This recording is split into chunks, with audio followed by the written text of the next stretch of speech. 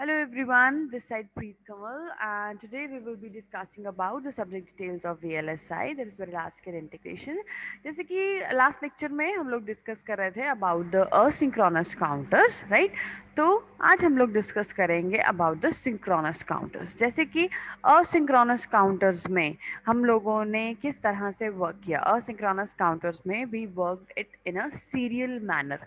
Asynchronous counters जो होते हैं वो सीरियल काउंटर्स होते हैं, राइट? वो सीरियली वर्क करते हैं, दे आर वेरी स्लो। तो हमने क्या देखा कि असिंक्रोनस काउंटर्स के अंदर हमारे पास 2 बिट काउंटर्स है, जिन्हें कि हम रिपल काउंटर्स भी बोलते हैं। 2 बिट रिपल काउंटर्स हैं, 4 बिट रिपल काउंटर्स हैं, जो हमारे then after are your next जो हम 16 बिट्स तक उनको उसके अंदर काउंटिंग जो है वो कर सकते हैं। तो उसमें जो रिपल काउंटर्स हैं वो कैसे वर्क करते हैं, सीरियली कैसे वर्क करते हैं कि जो आप एक फ्लिप फ्लॉप यूज कर रहे हो वो अपने प्रीवियस फ्लिप फ्लॉप या अपनी प्रोसीडिंग फ्लिप फ्लॉप के ऊपर डिपेंड करता है, राइट? तो जितना भी आपने किया, अपना जो आउटपुट आपने फाइंड आउट करी, जो आउटपुट आपने निकाली from the last flip flop, वो किस पे डिपेंड कर रही है? पिछले फ्लिप फ्लॉप्स के आउटपुट पे डिपेंड कर रही है। तो that is why it becomes a slow process, क्योंकि जो फर्स्ट फ्लिप फ्लॉप है उसकी जब आउटपुट आएगी तो that output will work as a clock signal for the next flip flop. Next flip flop की output will work as a clock signal for the next flip flop. तो similarly इस तरीके से आगे आगे ये फ्लिप फ्लॉप जो है वो आपस में कनेक्ट होते रहेंगे। तो सेकेंड फ्लिप फ्लॉप की आउटपुट तब आएगी जब फर्स्ट फ्लिप फ्लॉप वर्क करेगा, फिर थर्ड की तब आएगी जब सेकेंड वर्क करेगा, फोर्थ की तब आएगी जब थर्ड वर्क करेगा। That means they are interconnected to each other, they are connected in a chain, right? They are connected together, वो एक दूसरे के साथ जो है वो आपस में कनेक्टेड हैं। तो अब जब ये सारे आपस में कनेक्टेड हैं तो हमारे जो प्रोसीडिंग फ्लिप फ्लॉप्स हैं वो एक दूसरे के ऊपर डिपेंडेंट है। तो जब पहला फ्लिप फ्लॉप स्टेट चेंज करेगा अपनी, उसके बाद बाकी फ्लिप फ्लॉप जो है वो वर्क करेंगे। So this was a process in the asynchronous counters जो हम लोगों ने लास्ट लेक्चर में देखा। उसके हिसाब से हम लोग 2 बिट 4 बिट काउंटर्स बना सकते हैं, 3 बिट काउंटर्स बना सकते हैं, या हमारे डेकेड काउंटर्स जो हैं वो बन सकते हैं। तो इस तरह से वो हमने सारे counters, up counters, down counters, up down counters और उनके कोड्स कैसे बनते हैं, this all we have started in the previous lecture. तो आज हम लोग डिस्कस करेंगे अबाउट द सिंक्रोनस काउंटर्स। जैसे कि असिंक्रोनस काउंटर्स बहुत स्लो हैं क्योंकि they are all dependent upon each other for their working. Their propagation delay जो है does get accumulated and so causes some problems. तो उनका प्रोपिगेशन डिले जो है वो उसमें एक्यूमुलेट हो जाता है, एड ऑन हो जाता है। तो एक का प्रोपिगेशन डिले अगर 1 सेकेंड का है, तो अगर आप असिंक्रोनस काउंटर्स यूज कर रहे हो तो 4 का propagation delay will be 4 seconds, right? क्योंकि सभी एक दूसरे के बाद वर्क कर रहे हैं। लेकिन सिंक्रोनस काउंटर्स में ऐसा नहीं होता है। असिंक्रोनस काउंटर्स में if the clock frequency is very high, अगर क्लॉक फ्रीक्वेंसी बहुत ज़्यादा हाई रहेगी तो असिंक्रोनस काउंटर्स जो है वो कुछ स्टेट्स को स्किप भी कर सकते हैं, because they are to work according to the previous output. तो अगर क्लॉक फ्रीक्वेंसी ज़्यादा हाई रखेंगे तो कुछ स्टेट्स मिस हो सकती हैं, जो can cause a problem, right? तो दिस जो प्रॉब्लम है, ये जो सीरियल काउंटर्स की ये जो प्रॉब्लम है, this has been overcome by the use of the synchronous counters, जिन्हें हम पैरेलल काउंटर्स भी बोलते हैं। तो सिंक्रोनस काउंटर्स ऐसे काउंटर्स हैं in which all the flip flops are triggered simultaneously, जिसमें सारे के सारे फ्लिप फ्लॉप्स को साइमल्टेनियसली क्लॉक पल्स प्रोवाइड की जाती है। पैरेलल में उनको कनेक्ट किया जाता है, मतलब कनेक्ट तो सीरीज में ही होते हैं, लेकिन उनको जो क्लॉक सिग्नल दिया जाता है वो parallelly it is provided to all the counters together, right? और उसके अकॉर्डिंगली इनको क्लॉक पल्सेस जो है वो प्रोवाइड की जाती हैं साइमल्टेनियसली, जिसकी वजह से इसमें जो सीरियल सिंक्रोनस जो सीरियल काउंटर्स की प्रॉब्लम थी वो चीज़ नहीं होती है। प्रोपिगेशन डिले भी रिड्यूस हो जाता है, स्पीड भी इंक्रीज हो जाती है। तो इसमें चाहे एक फ्लिप फ्लॉप टॉगल हो या ना हो, it does not depend upon that, right? जो सिंक्रोनस काउंटर्स है हमारे वो फ्लिप फ्लॉप की टॉगलिंग या ना टॉगलिंग पे डिपेंड नहीं करते हैं। They not depends on the flip flops input, और उनके इनपुट्स पे भी नहीं डिपेंड करते हैं। एज जो फ्लिप फ्लॉप्स हैं वो simultaneously in synchronization with the clock pulse अपनी प्लेस चेंज करते हैं, अपनी स्टेट चेंज करते हैं।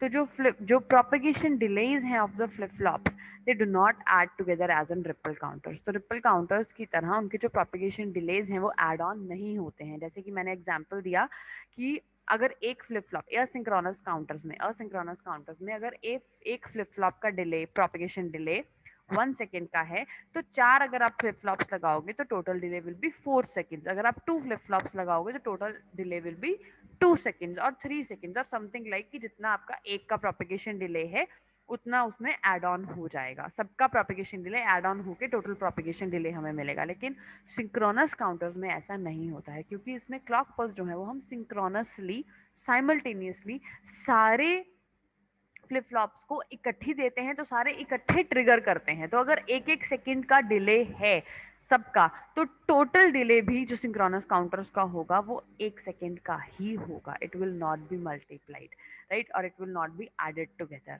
राइट। तो इसकी वजह से उसकी स्पीड जो है वो भी बढ़ जाती है, and it can operate at much higher frequencies than that can be used in asynchronous counters। तो asynchronous counters के comparatively synchronous counters जो है वो हायर क्लॉक फ्रीक्वेंसीज पे भी वर्क कर सकते हैं। तो इसमें हाई स्पीड की एडवांटेज है, लेस सीवियर डिकोडिंग प्रॉब्लम्स की एडवांटेज है, बट इसमें एक डिसएडवांटेज है कि इसकी जो सर्किटरी है that is more complex than the synchronous counters. या इसमें ज़्यादा सर्किट्स जो है वो हम यूज़ करते हैं, क्योंकि इनको पैरेलली हमने यूज़ करना होता है, चलाना होता है, राइट। तो इनके आईसीज भी अवेलेबल है जो प्री सेटेबल आईसीज हैं, they can be preset to any desired starting count either synchronously और असिंक्रोनसली। तो किसी भी तरीके से इसके अंदर प्री सेटेबल आईसीज जो होते हैं, प्री सेटिंग की ऑप्शन जो है इसमें अवेलेबल होती है इसके सिंक्रोनस काउंटर्स के आईसीज के अंदर।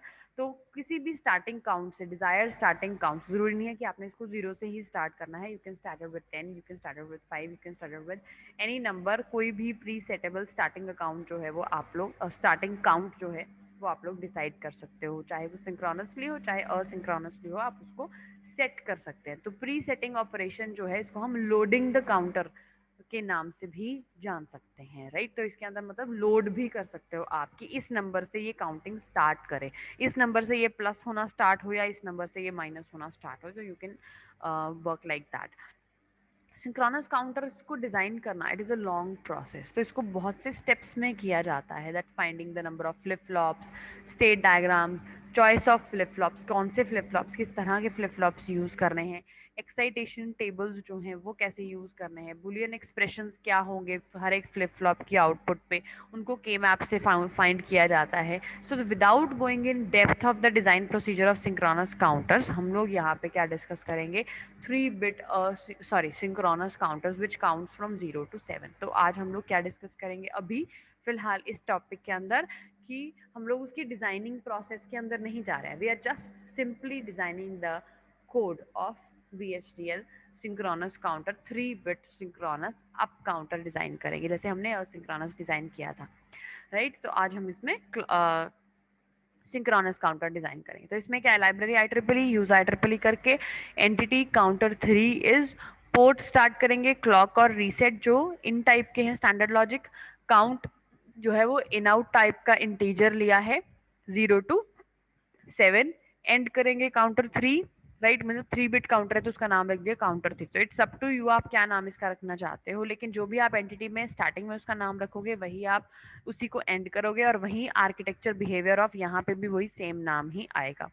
इस बिगिन प्रोसेस स्टार्ट किया क्लॉक से, अगर क्लॉक इवेंट जो है और क्लॉक दोनों सिग्नल्स 1 हैं, और फिर चेक करेंगे कि रीसेट तो नहीं 1 है, या काउंट जो है वो 7 से ग्रेटर तो नहीं हो चुका है, देन काउंट लेस देन 0, मतलब count gets the value of 0। तो अगर क्लॉक सिग्नल करेक्ट है, क्लॉक सिग्नल 1 आ रहा है, तो रीसेट की वैल्यू चेक करेंगे या काउंट की वैल्यू चेक करेंगे कि दोनों में से ये इनमें से कोई चीज ट्रू तो नहीं है।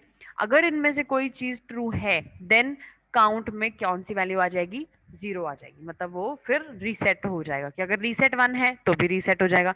अगर काउंट 7 तक ऑलरेडी पहुंच चुका है तो 7 के बाद उसने वापस आना है जीरो पे, तो फिर या 7 से ग्रेटर हो चुका है तो उसने वापस आना है जीरो पे, तो काउंट की वैल्यू जीरो दे देंगे। अगर अदरवाइज इन दोनों में से कोई भी चीज ट्रू नहीं है, यानी कि वो रीसेट भी नहीं है सिस्टम और आपकी काउंटिंग भी 7 तक नहीं पहुंची है, तो count will get the value of count plus 1। तो उसमें क्या होगा, +1 होता चला जाएगा। कब तक, जब तक उसकी वैल्यू 7 के इक्वल नहीं हो जाती। जब 7 के इक्वल हो जाएगी तो फिर से जीरो पे पहुंच जाएंगे, तो 0 to 7 काउंट करेगा, 7 पे पहुंचेगी, फिर से जीरो पे पहुंच जाएंगे।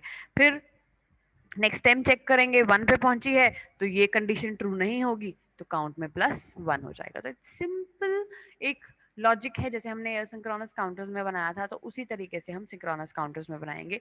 डिफरेंस क्या होगा, सिर्फ उसका जो आपने कनेक्शन किया है, राइट। तो जो काउंटर्स का जो प्रोग्राम है वो ऑलमोस्ट सेम ही रहेगा। सो इसमें क्या बता रहे हैं, 3 बिट सिंक्रोनस अप काउंटर बता रहे हैं, 2 इनपुट्स हैं, रीसेट है, क्लॉक है, 1 आउटपुट है काउंट नाम की। Since it is a synchronous counters तो प्रायोरिटी जो है वो क्लॉक को दी जाएगी। अगर क्लॉक प्रेजेंट है तो उसके बाद रीसेट चेक किया जाएगा। जैसे कि हम पहले कर रहे थे तो उसमें पहले रीसेट चेक कर रहे थे असिंक्रोनस काउंटर्स में, यहाँ पे हम पहले क्लॉक सिग्नल चेक कर रहे हैं कि अगर क्लॉक सिग्नल 1 है तो आपका सर्किट वर्क करेगा, अदरवाइज नहीं करेगा, राइट। वहां पे क्या था, क्लॉक सिग्नल क्योंकि आउटपुट पे डिपेंड कर रहा था तो दैट इज वाई हम क्लॉक को बाद में चेक कर रहे थे, पहले हम रीसेट और काउंट्स को चेक कर रहे थे, राइट। तो इसी तरीके से अगर काउंट की वैल्यू तो नेक्स्ट पॉजिटिव एज क्लॉक 0 पे आपका काउंट जो है वो असाइन हो जाएगा। अगर रीसेट 0 है तो काउंट क्या होगा, हर पॉजिटिव क्लॉक पल्स पे इंक्रीमेंट होता रहेगा। This is the meaning of that code. अब हम नेक्स्ट बात करते हैं शिफ्ट रजिस्टर काउंटर की।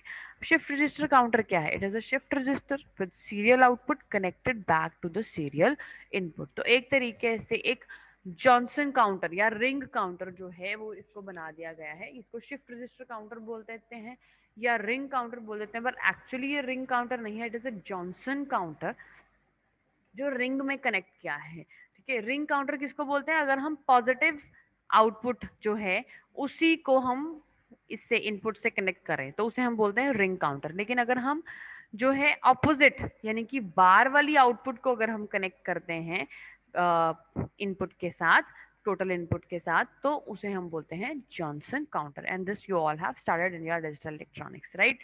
So these type of circuits are often called as counters as they exhibit a specified sequence of states. तो इसमें क्या है, फॉर एग्जाम्पल यहाँ पे 1 1 1 1 है, ऑल वंस हैं, तो यहाँ पे क्या होगा 0, तो नेक्स्ट टाइम क्या होगा, ये 0 इट विल मूव, ये 0 है तो ये क्या बन जाएगा 0 1, सॉरी यहाँ पे 1 था, 1 1 1 0, फिर क्या होगा 1 1 0 1, फिर क्या होगा, मतलब इस तरह से वो सॉरी 1 यहाँ पे है Q3 पे फॉर एग्जाम्पल 1 है, राइट, सारे ऑल वंस हैं यहाँ पे, तो Q3 बार जब यहाँ पे कनेक्ट होगा तो 1 की जगह क्या आ जाएगा, यहाँ पे 0 आ जाएगा। तो उससे क्या होगा, यहाँ पे 1 था तो पहले प्रीवियस जो आउटपुट थी वो क्या थी 1 1 1 1, राइट।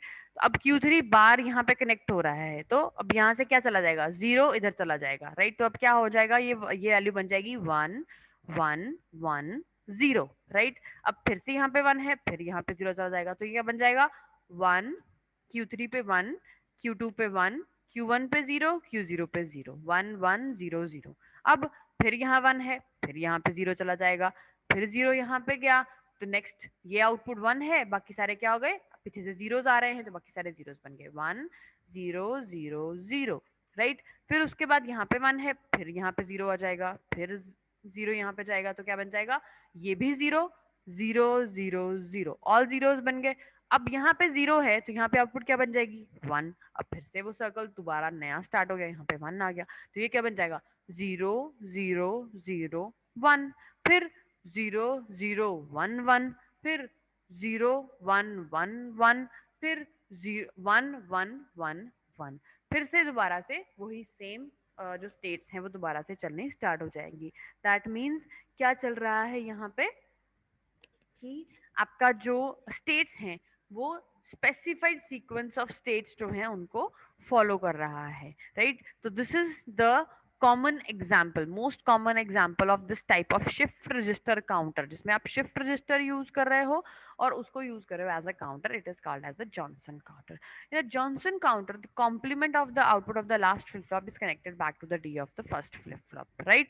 तो फीडबैक सर्किट जो प्रोवाइड कर रहा है उसमें स्पेशल सीक्वेंस की स्टेट्स जो है वो बन जाते हैं. तो 4 बिट सीक्वेंस है, टोटल 8 स्टेट्स होंगी, राइट. तो इसको हम 2n, where n is the number of flip flops in the counter. तो आपकी टोटल स्टेट्स कितनी होंगी, 2n स्टेट्स होंगी. मतलब अगर n नंबर ऑफ आप counters, sorry n number of आप फ्लिप फ्लॉप्स यूज कर रहे हो, तो 2n modulo of 2n will be the production of the number of states, right. तो इस तरह की आपकी, ये देखो आप देख सकते हो, अगर स्टार्टिंग में मैंने 1 1 की एग्जांपल ली थी, तो आप स्टार्टिंग में ले लो, अगर 0 0 की एग्जांपल है तो क्या होगा, पहली चेंज होगी 1 0 0 0, फिर 1 1 0 0, मतलब ये सारी आगे आगे चलती जाएंगी, फिर 1 1 1 0, फिर ऑल वंस. अब क्या हुआ, यहाँ पे 1 था तो इसकी आउटपुट क्या हो गई, 0, तो अब यहाँ पे आ गया 0. अब ये सारे 1 आगे ट्रांसफर हो गए. फिर यहाँ पे 1 था, उसका ऑपोजिट क्या हुआ, 0, फिर ये बाकी सारे आगे ट्रांसफर हो गए. फिर यहाँ पे 1 था, फिर 0, फिर बाकी सारे आगे ट्रांसफर हो गए. फिर यहाँ पे 1 था, फिर 0, ऑल जीरो से स्टार्ट हो जाएगा. फिर यहाँ पे 0 था तो 1, फिर बाकी ऑल जीरोस आगे ट्रांसफर हो गए. ये सारे, मतलब अगर मैं आपको नोट करके बताऊं तो ये हो क्या रहा है यहाँ पे एग्जैक्टली कि जो ये है Q3 पे जो भी आउटपुट है उसका जो कॉम्प्लीमेंट होगा वो यहाँ पे आएगा, Q3 की आउटपुट का कॉम्प्लीमेंट यहाँ पे आएगा, और बाकी सारे एज इट इज आगे ट्रांसफर हो जाएंगे लाइक दिस, राइट. तो सारी स्टेट्स में यही चीज हो रही है. अब देखो फिर से यहाँ पे Q3 0 है, राइट. तो उसका नेक्स्ट आगे यहाँ पे आएगा, उसका ऑपोजिट यहाँ पे आएगा. बाकी सारे यू कैन सी हियर 0 यहाँ पे आ गया, नेक्स्ट 0 नेक्स्ट पे आ गया, नेक्स्ट 1 नेक्स्ट पे आ गया, राइट. फिर सिमिलरली यहाँ पे 0 था, ये 0 कहाँ पे आ गया, 0 का ऑपोजिट आ गया नेक्स्ट स्टेट पे. बाकी सारी स्टेट्स एज इट इज आगे ट्रांसफर हो रही हैं नेक्स्ट नेक्स्ट लेवल के ऊपर, यहाँ पे और यहाँ से 1 यहाँ पे, राइट. सिमिलरली फिर दोबारा से यहाँ से 0 था, 1 आ गया यहाँ, और यहाँ से 1 नेक्स्ट स्टेट पे, यहाँ से 1 नेक्स्ट फ्लिप फ्लॉप पे, यहाँ से 1 नेक्स्ट फ्लिप फ्लॉप पे. अब यहाँ आ गया 1, अब 1 आ गया तो 1 का ऑपोजिट यहाँ पे 0 आ जाएगा. बाकी सारे एज इट इज आगे ट्रांसफर हो रहे हैं, 1 यहाँ 1 यहाँ 1 यहाँ, राइट. इसी तरीके से ये सारा सिस्टम जो है वो आगे चल रहा है. Clear. So this is called the 4 bit Johnson counter, जो इस तरीके से वर्क करता है. अब यहाँ पे देख सकते हो आप, जो क्लॉक सिग्नल है वो हम सभी काउंटर्स को इकट्ठा, सभी फ्लिप फ्लॉप्स को एक साथ दे रहे हैं, और जो आउटपुट है, जो बार वाली आउटपुट है वो इनपुट के साथ कनेक्टेड है, और उसके अकॉर्डिंगली हमारा, अगर इनिशियली मतलब इसकी वैल्यू जो है वो 0 0 0 रहेगी, क्यों, हम रीसेट को 0 कर देंगे तो ऑल जीरोज आ जाएंगी ऑटोमेटिकली.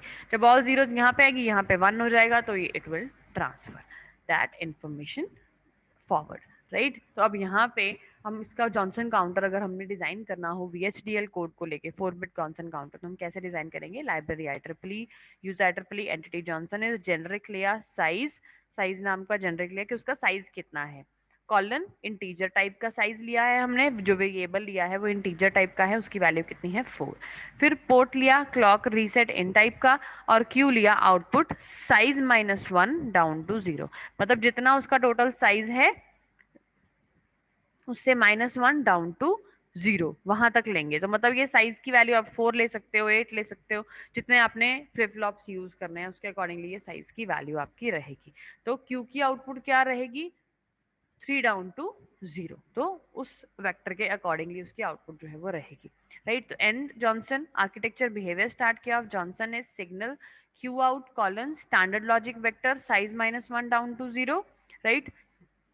क्यू आउट एक ले लिया, जिसकी एक टेम्पररी सिग्नल ले लिया हमने क्यू आउट, जिसकी वैल्यू भी सेम है साइज 1 डाउन टू 0 क्यू के जैसे, और उसकी आउटपुट हम बाद में उसको प्रोवाइड कर देंगे, राइट. तो बिगिन किया प्रोसेस, क्लॉक पे स्टार्ट होगा, राइट. बिगिन किया, इफ रीसेट की वैल्यू 1 है तो क्यू आउट में क्या चला जाएगा, ऑल जीरोस. अब यहाँ पे पहले रीसेट क्यू चेक किया, क्योंकि हम लोगों ने देखना है कि सभी इनपुट जो है वो 0 होनी चाहिए इनिशियली, राइट. तभी वो काउंटर सिस्टम जो है वो स्टार्ट होगा, अगर आपकी इनपुट जो है वो 0 रहेंगी, राइट. अब else if clock event and clock 1 है, then Q out 0 will get the value of not of q size -1. तो q size -1 मतलब लास्ट, Q0 को कौन सी वैल्यू मिलेगी? It will get the value of Q size -1, यानी कि Q out 3 जो last वाली वैल्यू थी वो मिलेगी Q0 को, उसका बार जो है वो इसको मिलेगा। फिर फॉर I in 1 2 साइज -1, तो मतलब I कहाँ से चलेगा? 1 से लेके साइज -1, साइज की वैल्यू थी 4, तो मतलब 3 तक चलेगा। तो फॉर I की वैल्यू कहाँ तक चलेगी? 1 से लेके 3 तक चलेगी वैल्यू, राइट?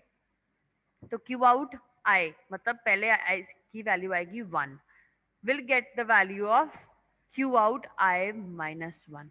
तो क्यू आउट 1 को कौन सी वैल्यू मिलेगी? 0 वाली। 2 को कौन सी वैल्यू मिलेगी? 1 वाली। 3 को कौन सी वैल्यू मिलेगी?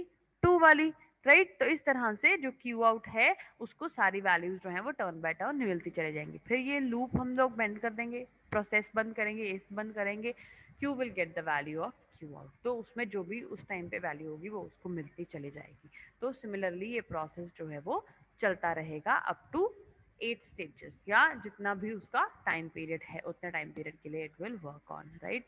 तो यहाँ पे क्या है, जो कोड है हमने 4-bit जॉनसन काउंटर लगाया, to make it easy to change for size, it is designed as a generic parameter, ताकि हम उसका साइज अपने अकॉर्डिंगली कभी भी चेंज कर सके। तो इसलिए हमने एक जेनरिक पैरामीटर लगा दिया, राइट? तो इसके अंदर रीसेट की वैल्यू अगर 1 है तो फ्लिप फ्लॉप 0 0 पे रीसेट हो जाएगा, अगर 0 है तो it will wait for the arrival of the positive clock pulse, right? तो फर्स्ट जो है फ्लिप फ्लॉप जो है उसको हमने कौन सी वैल्यू असाइन करी है? Complement of the last flip flop Q3 bar, जो इस केस के अंदर है, राइट? अदरवाइज जो लास्ट फ्लिप फ्लॉप होगा उसका बार, उसका नॉट जो कॉम्प्लीमेंट होगा उसको हमने किससे कनेक्ट कर दिया? इनपुट से कनेक्ट कर दिया। मतलब उसकी जो उसके बार की आउटपुट आएगी वो किस में जाएगी, किसके अंदर जाएगी, वो हमें कहाँ पे शो होगी? फर्स्ट वाले की आउटपुट पे, फर्स्ट फ्लिप फ्लॉप की आउटपुट पे शो होगी। फिर उसके बाद लूप स्टेटमेंट लगाई और Q I will get the value of Q out I -1, right? तो मतलब कि जो जीरो होगा, सॉरी जो 1 होगा that will get the value of 0, 2 होगा that will get the value of 1, तो 3 होगा it will get the value of 2। तो इस तरह से वो प्रोसेस जो है वो चलता रहेगा एंड सारी वैल्यूज जो हैं वो आगे के आगे असाइन होती चली जाएंगी, जैसे कि मैंने आप लोगों को ट्रुथ टेबल में समझाया कि वो आगे जा रही हैं वैल्यूज, राइट? तो मतलब जो वैल्यू, कौन सी वैल्यू किसको असाइन हो रही है? 2 की वैल्यू 3 को हो रही है, 3 की वैल्यू 4 को हो रही है, 1 की वैल्यू 2 को हो रही है, तो नेक्स्ट नेक्स्ट स्टेटमेंट जो है वो जा रही है। तो in this way we can design our synchronous counters. So this was all about today, about the synchronous counters, about 3-bit synchronous counter, and about the shift register counter or the Johnson counter. So we have discussed them in detail about the VHDL codes of all these counters, right? And if still there will be any doubts, we will be taking them live. Till then, take care and bye bye.